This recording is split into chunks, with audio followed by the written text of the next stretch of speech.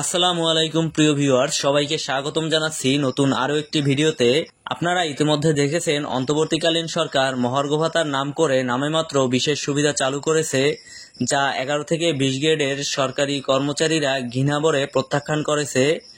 বাংলাদেশ সরকারি কর্মচারী ঐক্য পরিষদ ইতিমধ্যেই এই প্রণোদনা প্রত্যাখ্যান করে একটি প্রেস বিজ্ঞপ্তি প্রকাশ করেছেন এবং তারা জানিয়েছেন 50% মহার্ঘ ভাতা অথবা বৈষম্যমুক্ত নবম পে স্কেল ঘোষণা করা না হলে ঈদুল আজহার পরবর্তী সময়ে তারা দুর্বার আন্দোলন গড়ে তুলবেন। ইতোমধ্যে অর্থ উপদেষ্টা এই বিষয়টা নিয়ে ঈদের পর বাজেটে পুনর্বিবেচনা করবে বলে জানা গেছে।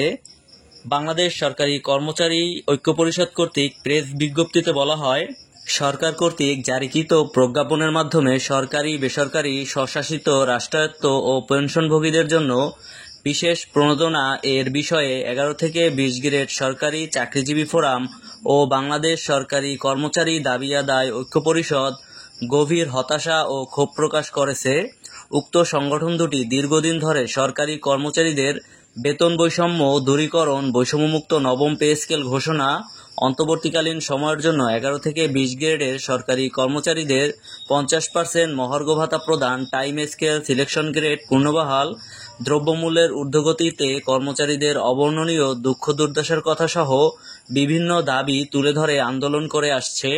এর প্রেক্ষিতে আমরা লক্ষ্য করলাম সরকার মহার্ঘ ভাতা প্রদানের জন্য একটি কমিটি গঠন করেছে, কিন্তু সেই কমিটি পাশ কাটিয়ে ফ্যাসিবাদী সরকারের মস্তিষ্কপ্রসূত বিশেষ প্রণোদনার নামে 11 থেকে 20 গ্রেডের কর্মচারীদের সাথে আবারও বৈষম্য এবং প্রহসন করা হলো। এই বিশেষ প্রণোদনায় একজন 20 গ্রেডের কর্মচারীর বেতন বেড়েছে মাত্র 237 টাকা। ইতোপূর্বে কর্মচারী 5% প্রণোদনা পেতেন, যার ন্যূনতম ছিল 1000 টাকা। বর্তমানে 15% পাবেন 1237 টাকা। তার মানে তার নিট বেতন বাড়ল 237 টাকা। এই প্রজ্ঞাপনের আরেকটি অবিবেচনাপ্রসূত দিক হল ন্যূনতম 1000 টাকা বৃদ্ধি। যেখানে 5% বিশেষ প্রণোদনার ক্ষেত্রে ন্যূনতম 1000 টাকা ছিল, সেখানে 15%-এর ক্ষেত্রেও ন্যূনতম 1000 টাকা হাস্যকর বলে বিবেচিত।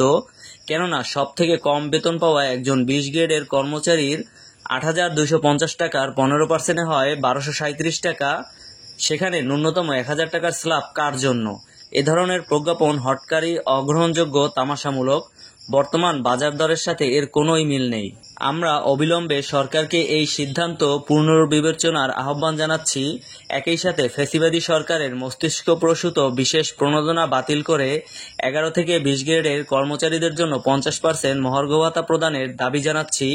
ঈদের ছুটির প্রাক্কালে এ ধরনের প্রজ্ঞাপন কর্মচারীদের ব্যাপক হতাশা সৃষ্টি করেছে। এছাড়া প্রজ্ঞাপনের জন্য এই সময়কে বেছে নেওয়ার মধ্যে দুর্বিসন্ধি আছে বলে প্রতীয়মান হয়।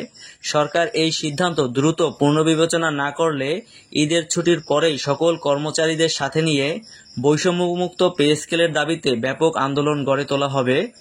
আমরা আশা করব শান্তিতে নোবেলজয়ী মাননীয় প্রধান উপদেষ্টা আমাদের দাবিসমূহ মেনে নিয়ে দেশের মধ্যে শান্তি স্থাপনের অনন্য নজির গড়বেন এবং অবহেলিত কর্মচারীদের মুখে হাসি ফুটাবেন। তো ভিউয়ার্স, এই ছিল আজকের ভিডিওতে। ভিডিওটি ভালো লাগলে অবশ্যই ভিডিওটিতে একটি লাইক দিয়ে আমাদের চ্যানেলটি সাবস্ক্রাইব করবেন।